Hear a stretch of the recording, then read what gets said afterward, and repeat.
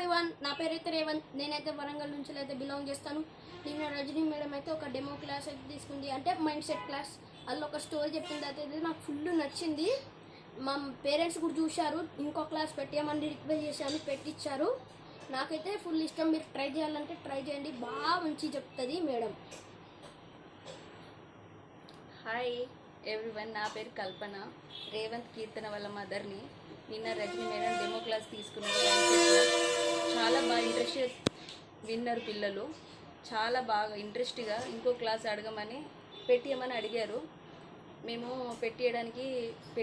పెట్టిస్తాం కూడా. మీరు కూడా పిల్లల్ని వాళ్ళు నచ్చితే వాళ్ళకి పెట్టియండి.